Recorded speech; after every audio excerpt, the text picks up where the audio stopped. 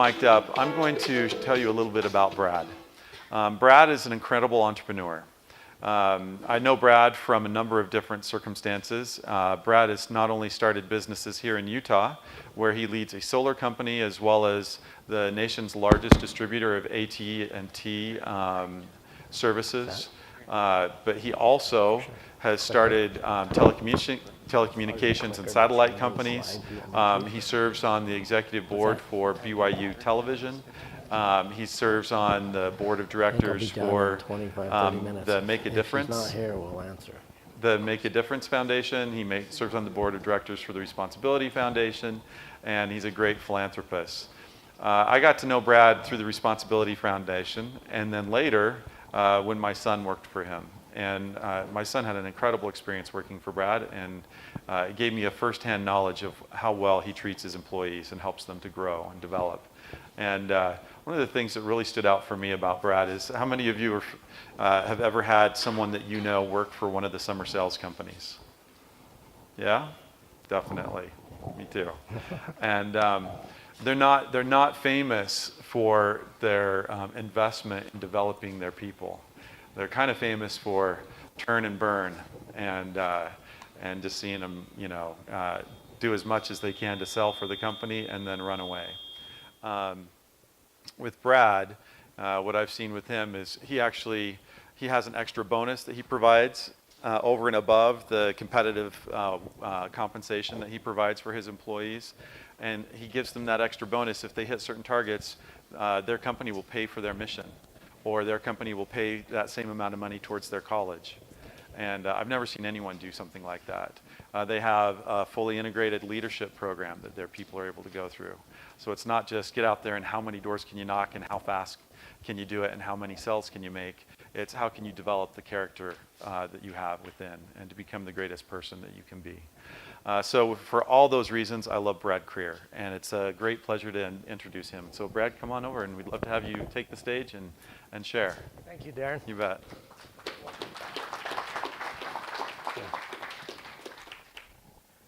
So, a little bit about my story. I wanted to start with this. There will be turning points in each of our lives. These are what I call divine coincidences. They will come in the form of meeting a certain person, being in the right place at the right time, an impression or a thought, a creative idea or solution to a problem. Many times, they come in the most unexpected ways. Here's my story. I'm from the San Francisco Bay Area. My father is from Spanish Fork, Utah, poor farmer. Mother's from Linden, Utah, came from a poor farm. He gets a grant, gets to go to dental school from the Air Force, gets sent out to San Francisco, California. So of course I was born and raised in San Francisco, California. In fact, he came back to Utah. He said the economy was terrible. I wasn't going to start a practice here. He said Geneva Steel was on strike. Every other house was in foreclosure. He said, I'm going to California. So I was raised in California. So as a little boy, my dad taught me how to work. I think my first job was at his dental office. He owned a medical complex. I think he turned the sprinklers off. Remember the old manual dials? He turned it off specifically so I could hold the hose and water every single tree or shrub in the parking lot by hand and count to 200. That was my father. He had an incredible work ethic. But growing up, everybody assumed that I would take on this very successful dental practice, right? So it was like, just assumed that I was going to become a dentist. Somewhere in the back of my mind, I said, I'm not sure if that's me. I'm not sure if that's where I want to be. And turning point in my life. At about the age of 13, my grandma Whiteley from Orem, Utah, we all went up to British Columbia. I'm pushing my grandmother through Bouchard Gardens in British Columbia. And I said, you know what? And I saw the perfectly, marigolds and begonias and lobelia and salvia, and I said, there's something I like about this. I don't know what it is, but there's something I like about this. So I go home and I said, Dad, give me a plot of ground. Must have been the farmer in me out of Spanish Fork. And he gave me a little bit of land in the backyard. And at about the age of probably 14, I planted trees, landscaped it. I followed what his very well-known landscaper had done for, I'd seen some of his work. Well, come to find out, I start a lawn business when I've had 2 jobs where I got a paycheck. One was in a grocery store. The second job was pounding nails, doing construction. So I get a lawn business, and I realized I was pretty darn good at it because I could talk to, most of my clients were elderly ladies, and they'd love to see me come by. I spent more time talking to them than I did mowing the lawns. I decided to start a landscape company. So I started a landscape company in San Francisco. I was doing okay. I had done a couple jobs, just small things. From that, I'm out pounding nails. I'm about 21 years old now. But my dream is to do this in landscaping. So I'm pounding nails at a house in Orinda, California for a Mrs. Kingston on a pretty nice home. While I'm working there, she comes out and says to me, "Do you know a landscaper?" And I said, "Yeah, I know a great one." And she said, "Would you landscape our home?" They had been in Saudi Arabia. He worked for Bechtel. The place was a mess. I spent about 3 months working on her home, landscaping this beautiful palatial home in Orinda, California. I got through, and Mrs. Kingston said, "Would you come to work for me?" I said, "Well, I'm not." She's an English lady in her English accent. "Well, what exactly do you do, Laura?" Mrs. Kingston says, "I'm a floral designer in San Francisco, and I do all the floral design for some very well-known people. But they always want me to do the gardens of their homes and their properties." I said, "I'm in. Where do you want me to start?" She said, "Come Monday to the Moscone home in San Francisco." If you know anything about San Francisco, Mayor Moscone had been shot and killed in the tragic. His wife had gone into depression. They hadn't done a bit of gardening work in about 6 or 8 years, and her daughter was getting married.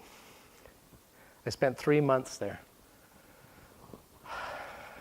I painted her gates, I fixed her fountain, I put delphiniums in the, if you'd have seen this wedding by the time we got through, it was incredible. Then she said, "Well, I'd like to have you meet a few of my other friends." Long story short, we ended up working for Dianne Feinstein and Richard Blum, Nancy Pelosi, Charlotte Mayotte and George Shultz. I did their Pacific Heights. So I went from in my dad's station wagon, literally, to a fleet of trucks in about 9 to 12 months. We found out that the better money was to go into hotels, so we ended up going into the hotel business, and we ended up doing the Ritz-Carlton, the Sir Francis Drake, the Fairmont, we owned about 80% of the hotel business. Business has been in Greenscapes is the name of the company. It's still in business 35 years later. Sold it to my LDS stake president. Turning point. I go to my dad. I'm in college, in fact. That's what decided me.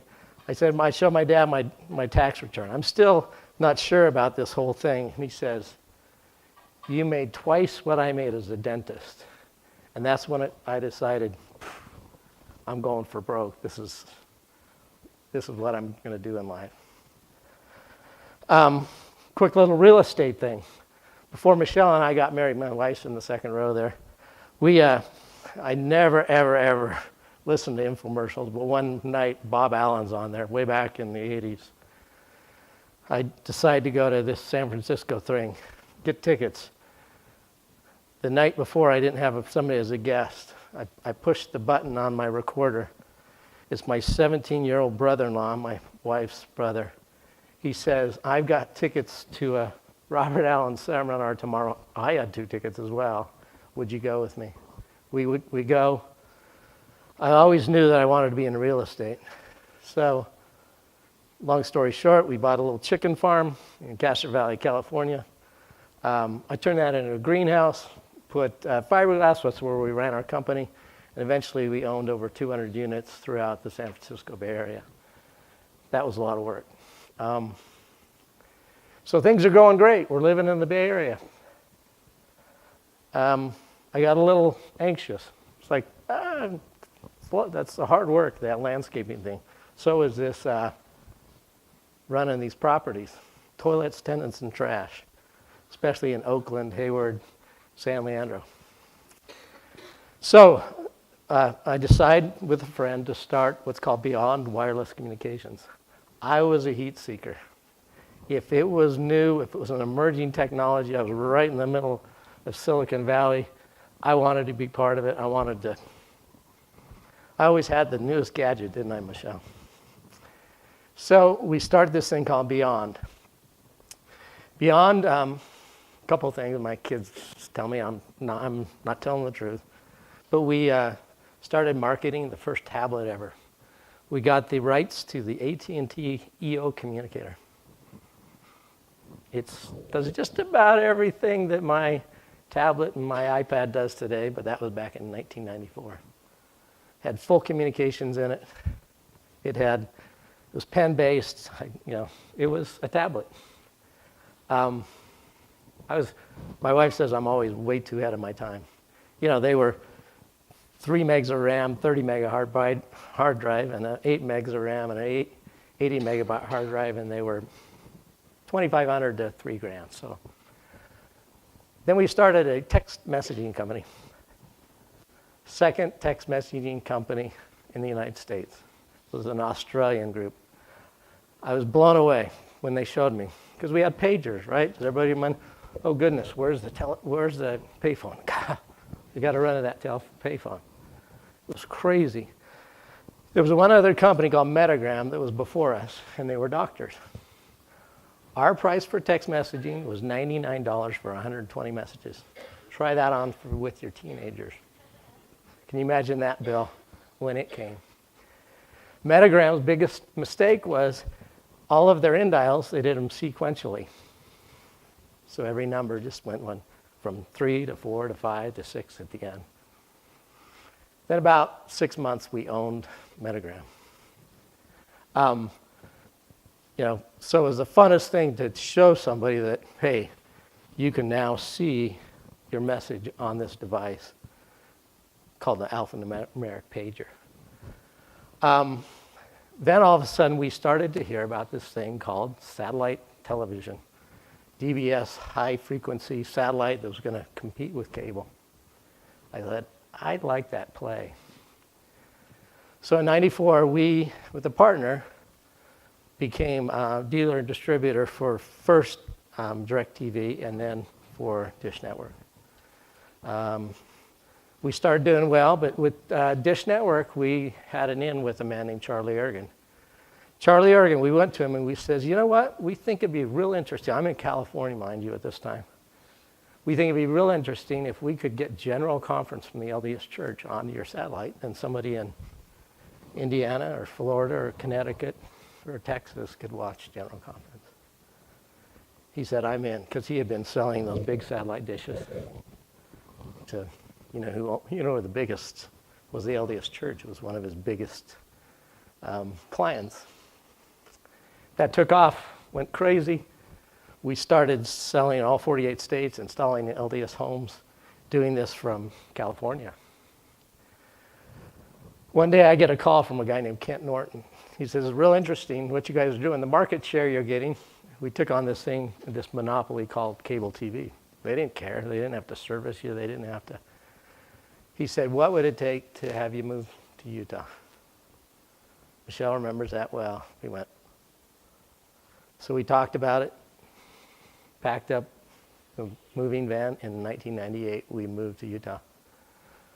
Long story short, we funded our own LDS television program. We had it all ready to go. We made a lot of people mad, a lot of different entities within the church and broadcasting, whatever. Long story short, it turned out to be BYU television. To me, I didn't care how it got there, just as long as it got there. And ever since that date, I've served on the BYU Television Leadership Council. Funding that, the reason it can stay on the air in that nice new building is because of an endowment.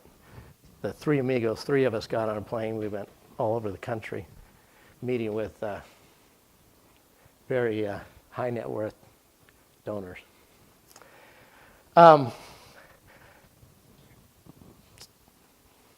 End of story, but pretty much in my business career. I've done, he says I'm a serial planner. There's 4 or 5, 6 others that are in between there.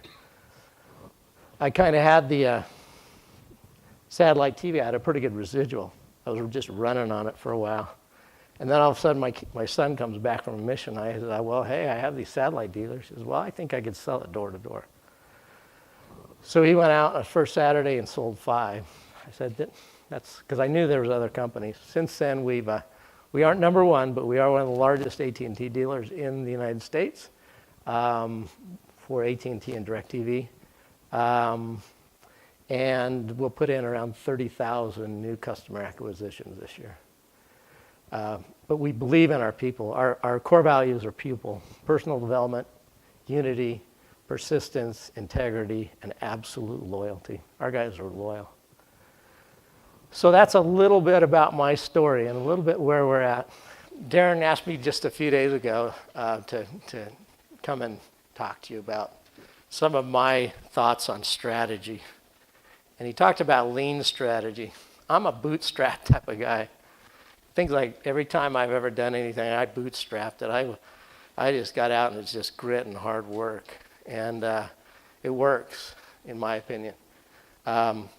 So first most important thing to me is I'm going to go over inspiration, build a team, find a path, course correct, have vision, and giving back.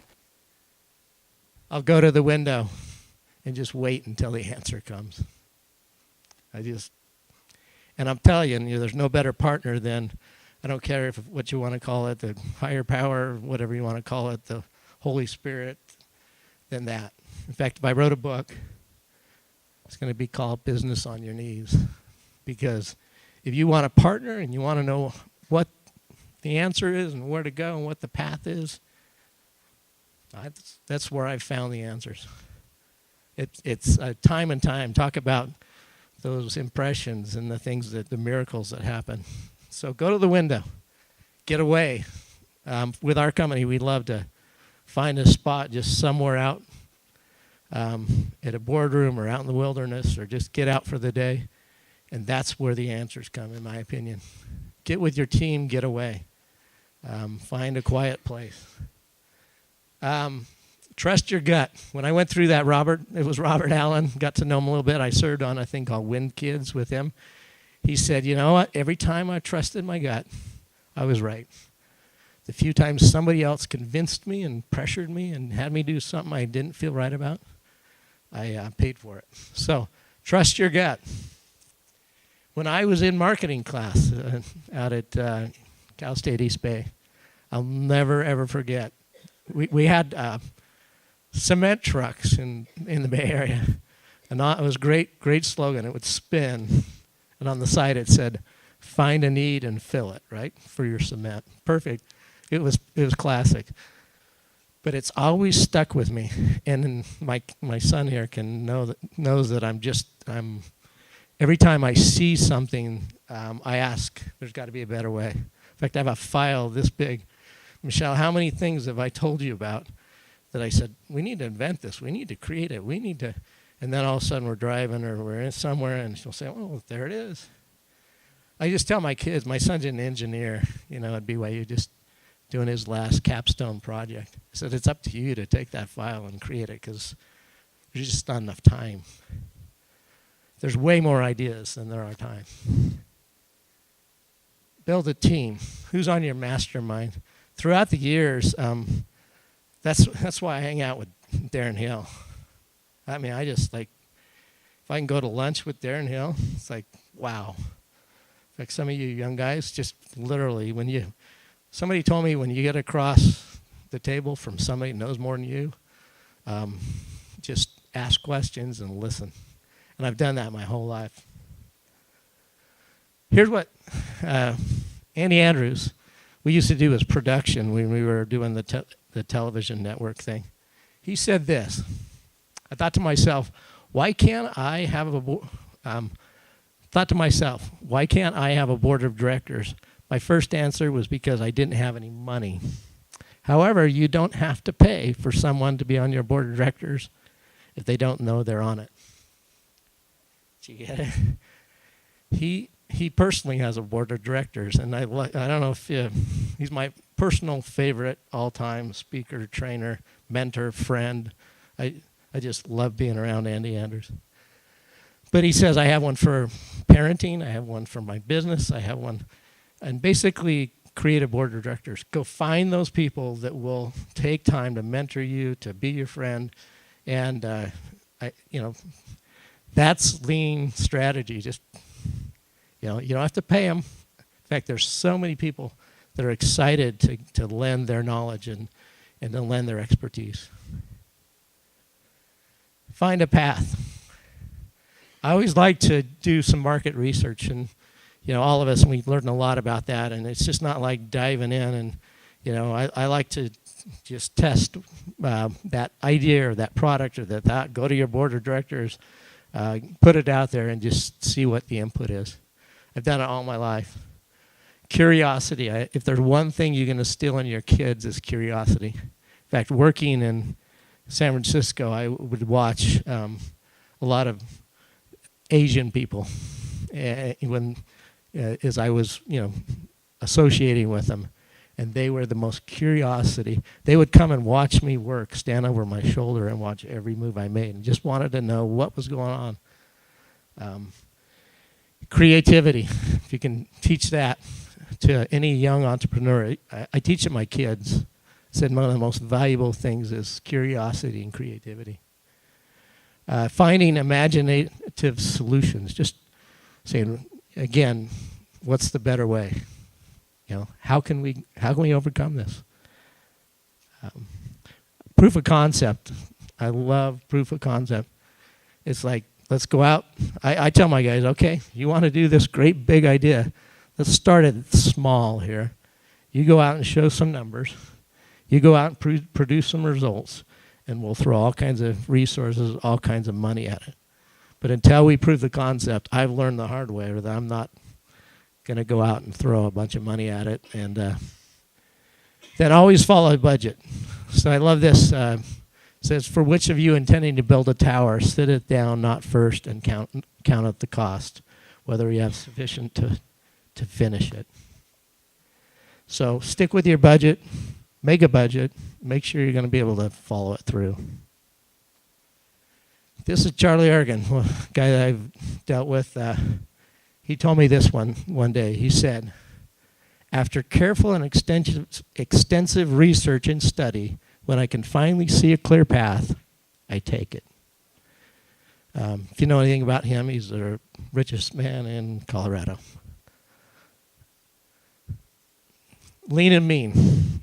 I looked at this, and I'm just going to quickly. Warren Buffett still lives in his home that he bought in 1958. Mark Zuckerberg drives a manual transmission Volkswagen. Charlie Ergen, I know this firsthand, brings a brown bag lunch and a Gatorade, and until about 3 or 4 years ago, always doubled up in hotel rooms, and everybody else in the company did. Ingvar Kamprad from IKEA still rides the bus and flies economy. So, just stick with it and be lean. Be lean and mean, and at some point you can start to enjoy life, right? But not at the beginning. I see too many young entrepreneurs that think that right from the beginning they can just go out and start living the jet-setting high life type thing. Course correction. I've always loved this quote. Stephen Covey, the leader is one who climbs to the tallest tree, surveys the entire situation, yells, "Wrong, jungle." Busy, efficient producers and managers often respond, "Shut up, we're making progress." that to me is just a classic of just going and saying, reevaluate, look what's going on, take the higher, get a higher perspective on things. Again, course correction. This I love from Andy Andrews. Anytime you hit the wall, anytime you come to the end of the road, what you're lacking isn't money, mentorship, or time. You're lacking an idea. That's all, an idea. I've lived by that, and I'm just saying that it's just the idea to get past that obstacle, get to that next level, or get over that challenge. So I'm going to end this a little bit by giving back. I believe that the quickest way to success is to give back, and I've done it all my life. It's just, sometimes I always put my employees or somebody else ahead of myself. It's like, so I know that when you do that provident shift, good things happen, great things occur in your life. Some of those turning points, pushing my grandma in the wheelchair, changed my life. Mrs. Kingston saying, hey, would you come to work for me on Monday? My dad saying, you know what? You made a lot more than I did as a dentist last year. Call from Kent saying, hey, would you like to come to Utah? What would it take to have your family move to Utah? Last little note. We're doing solar now. We're in Utah, Texas, Colorado, and South Carolina. I came home from Sunday. I was talking to my children. I said if I did anything, I would go and help Puerto Rico. They're stuck. They're an island. My wife had been there about two years earlier. Not more than 15 minutes later, my text message went off. We have 2 employees that are from Puerto Rico. So Luis Rivera says, hey, my parents are stuck. My family's all over in Salinas. We got to do something, help. The very next day, we had a group in our office. By Tuesday, we had the video shot in our studio. By Wednesday, we had Jorge Alvarado, the former mission president from Puerto Rico. By Thursday, we had a U-carrying site up. And to date, it's $250,000, almost $700,000 in donated products from places like Goal Zero. Robert Workman was there on Friday. I believe that giving back is probably one of the most things you can do as soon as you can start to do it. And so real quick, this is my last. Persist without exception. Until one is committed, there is hesitancy, the chance to draw back, always ineffectiveness, concerning all acts of initiative and creation. There's only one elementary truth, the ignorance of which kills countless ideas and splendid plans, that the moment one definitely commits oneself, then providence moves to a whole stream of events, issues from the decision, raising in one's favor all manner of unseen incidents and meetings and material assistance which no man could have dreamt would have come his way. So I just want to end by saying entrepreneurship is one of the greatest adventures, one of the most exciting things to be able to wake up every day and say, where's this going to take me? And so I hope that your Rev Road is full of exciting, exhilarating, incredible adventures. And thanks for having me today. Appreciate it.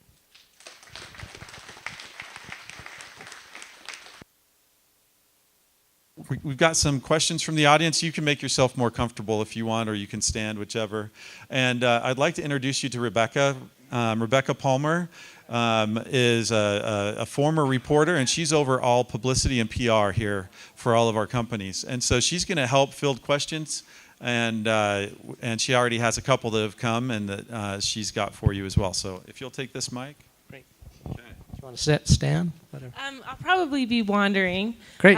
Does anybody have a question from the audience to start out with? I'll come to you. All right, Tigran? I would love to start with a question. You bet. Brad, is there a way you can share your presentation with us? Is it, because the quotes I loved, and I loved it all. I don't know if that's you're willing to share that with us. Yeah, you bet. You have the rights to it, or anything else you need from notes, or if you'd like to get together in future time, that's great. I'll get a copy of that from Jason, and we'll put it out on Twitter, our Facebook channels. So follow us there. All right, Steve, headed your way.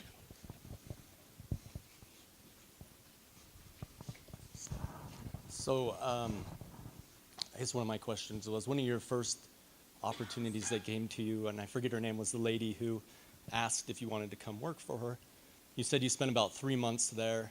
What, in your mind, did you do during that 3 months that set you apart for her to want to do that with you versus all the many other landscapers outside? Sure.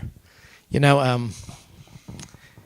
I hired a buddy, and we started it literally out of our station wagon, and then we bought a truck just during that time, and we spent pretty much the whole summer. It was quite the endeavor. But we did the extra things. As I think back, there were some issues with some concrete missing. There was along the street there was some asphalt that needed to be replaced. I mean, we kind of went the extra mile and did extra things that weren't really part of the landscape. And she was, just by the time she got through, she just felt really impressed with the design and just the way it looked, and so and I'd gotten to know her, because we were there pounding nails all, just prior to that. But yeah, just to me, it's about relationships. We talk in between breaks or whatever, and just got to know her, and she just happened to ask that right question at the end. Thank you so much. Jason.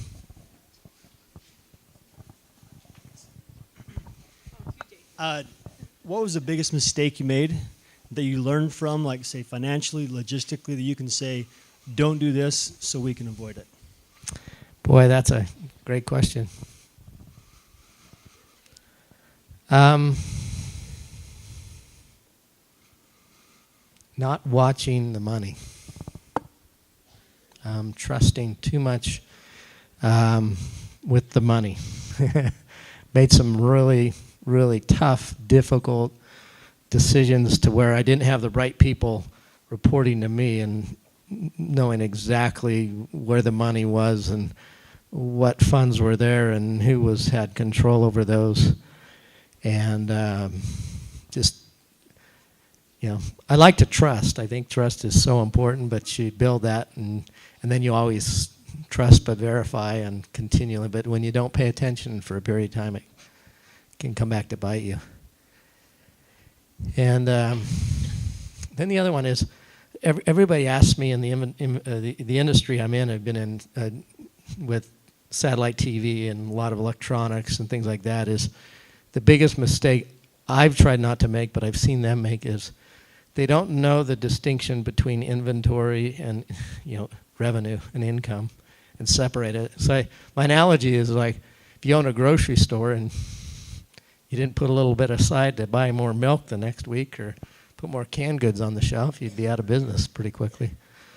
So you just got to really, we oftentimes would create two different accounts, shift the money immediately and over to that inventory account, say, this isn't even money. We can't even think that that's part of revenues or anything that we can use. I watch so many people in companies, especially in Utah, just fail because of that. They just don't understand that or differentiate that. Thank you so much. I have a question for you. Mm-hmm. So, the entrepreneurial spirit is kind of forge ahead at all costs. Seems like you did a lot of that. But did you have any doubts along the way? Yeah. And how did you overcome those doubts? I'm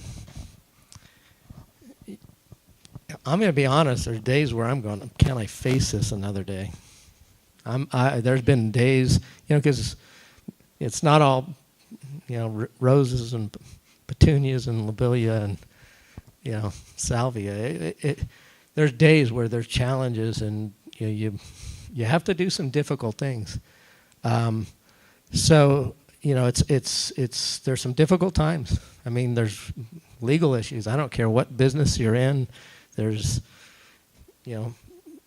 some times where you just don't have a meeting of minds. And it's hard for me. In fact, one of the things I hate the most is contention. I'm the guy that just says, let's just work this out and get it done and get it over with and make sure we all part as friends. But there's challenges, and there's some days where I'm going, can I do this another day? But the great thing is if you're around the right people, it makes it a whole lot easier if you have a team around you. If I was a lone ranger, I had to do this on my own, I'd have given up a long time ago. Oh, that's great. It sounds like relying on your team. You do. But also having that leadership. Yeah, and there's some spirit. things I just go, you deal with this. It's like, because I can't, So the great thing about the team is understanding other people's strengths and saying, hey, can you handle this one? Because it lets me focus on my strength. And throughout the years, my strength has just been with relating with people. I like to think that whenever somebody was in need, that I took the time to sit down with them, open door. It's like, okay, something's going on. Let's go to lunch, or what can I do to mentor you? The most exciting part of my job, if it was about, AT&T and satellite and mobile phones and everything else, it'd be really hard. The most exciting part is mentoring young men. We've actually got some great products that these young men have. One's called SnowGo. We've developed in our company. If you go to snowgo.us, I was just at Sundance, and there are people all over the hill, and it's taking off like crazy. But they come to me with ideas all the time. In fact, what was the last one that was right over here? Extreme ProLink. Whoever, come meet me with me, because we're down a parallel path. Oh, that sounds great. Thank you so much. So, as you know, and as we just went over, this is the week where we're welcoming some of our newest roadies. Do you have any questions from, some of these companies just starting out from a serial entrepreneur? Forrest? So I think you're hinting at this. You said you follow where technology is heading. What's your opinion on video games and esports and that industry? I used to be right on there as what I was called a heat seeker. Technology and gaming, I think, is, virtual reality. We can see what's happening in this valley. I think is where it's going to be artificial intelligence. In my opinion, if I had to say when guys come to me, young guys, and they say, I know there's still a lot of startup costs, but developing the right app, in my opinion, is the quickest way to make the most money without having to have this huge, massive investment. But so I believe that there's I believe it's really in that virtual reality, artificial intelligence space, to where we're going to experience it. And I think that's something that relates to everybody, not just a gamer that's sitting behind a high-powered PC and, real-time gaming all the time. That sounds a lot like the lean strategy stuff that we've been talking about. It's a really good tie-in. Are there other audience questions? All right, I've got a few more. So, one of the things that the mayor talked about, and that's kind of become apparent throughout the day, is there are a lot of people trying to start businesses here. Lots of startups, lots of entrepreneurs. So what can any individual entrepreneur do to stand out in such an environment as this?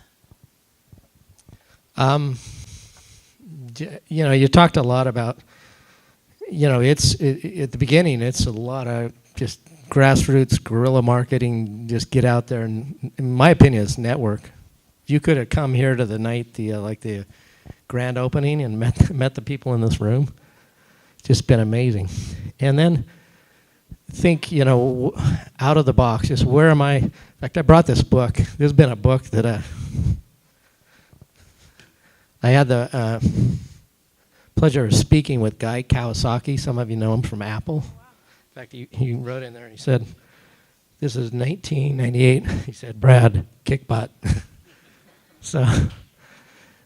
But that's, guys like that inspired me when I was young. I was your age, And I went and heard him speak, and I hung around him and read his books. And just study great successful people and hang around them, and then differentiate yourself. I mean, this is the title of this is how to drive your competition crazy, creating disruption for fun and profit. In fact, this is before the word disruptive marketing or technologies, I think, even existed. So be around people that just get you pumped up, get you excited. I promise you, if you just keep at it every single day as a young entrepreneur, you're just going to meet the right person. And there's so much free marketing, free in the world of social media today. It's just, back in the day, it's like, what did you do to get known? It was just you. Now you can leverage yourself like never before.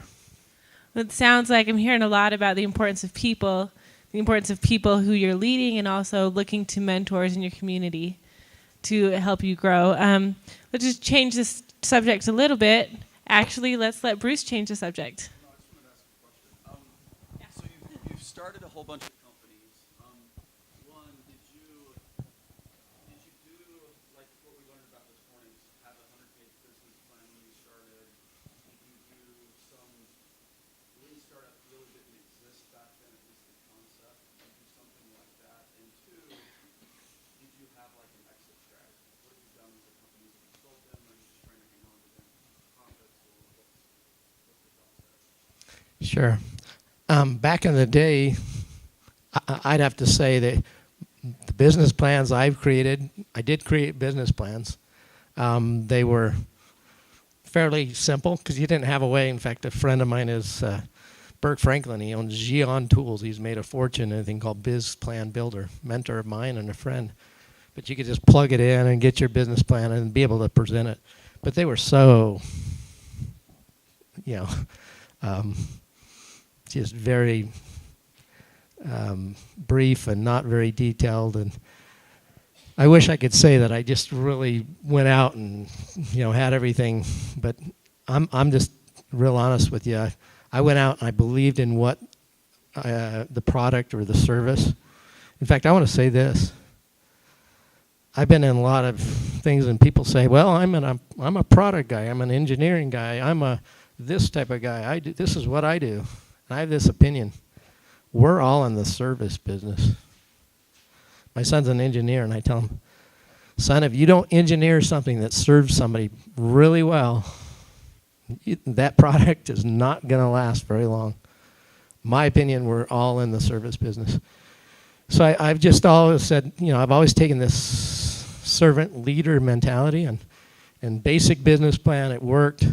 Never worried too much about the exit plan. I know guys do now, but I always knew that if I built it long enough and created enough value, I could sell it someday. In fact, the company I sold, Greenscapes, back in '98, it helped me launch all kinds of businesses here when I moved to Utah.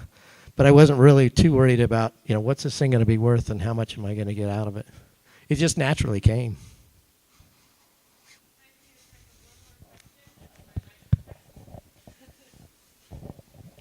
Hi, Brad. Hi. You had mentioned that you're a fan of bootstrapping. In my position, I've gone through the research. I think I've got a pretty decent product market fit now. We're in the stage of prototyping. I'm building my team, and the question on my mind is, how far do I bootstrap this versus taking investment and trying to launch a lot faster? In the industry that I'm looking at, I feel that moving faster would have a lot of merit to it, but I'd like to hear what your thoughts are on taking investment versus bootstrapping. I believe bootstrapping's important, but don't be so cheap and worry so much about that it hinders you. In fact, one of the stories, the greatest one, is Vivint. Study Todd Peterson. Go see where he started and what he did. But if it's in technology or something that's moving very fastly, my opinion is to find the right investor and take the funds and to get to the right people, but don't give up too much equity. That's why I think you're right in the right place with RevU.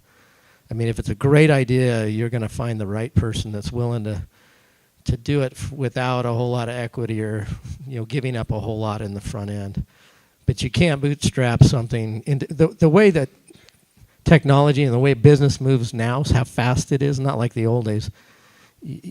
Somebody else will run you over and take that idea potentially. And so don't wait too long and find the right partner and accept it, but don't give up too much.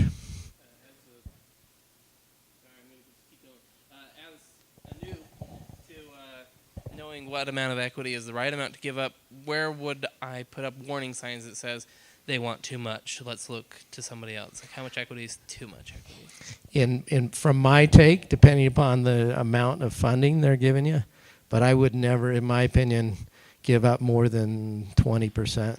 I think somewhere in that 10 to 20% is a fair, and they've got to give you a pretty significant amount, based on what you think the valuation is. Yeah, here's my take on it, and every business I've ever owned, I'm never going to lose more than, you can, have some stock you issue and things, but I'm never going to give up more than 51, 52, 50, 60. I don't want to ever lose my controlling interest.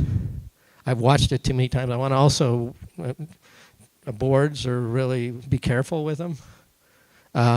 Who you put on that board and how many you have, because it can take away your business really quickly, as well as other people with alternative motives, and it's really sad to watch. So you know your value, you know what you have, stick with it and find the right person that's willing to help you out but not take advantage of you.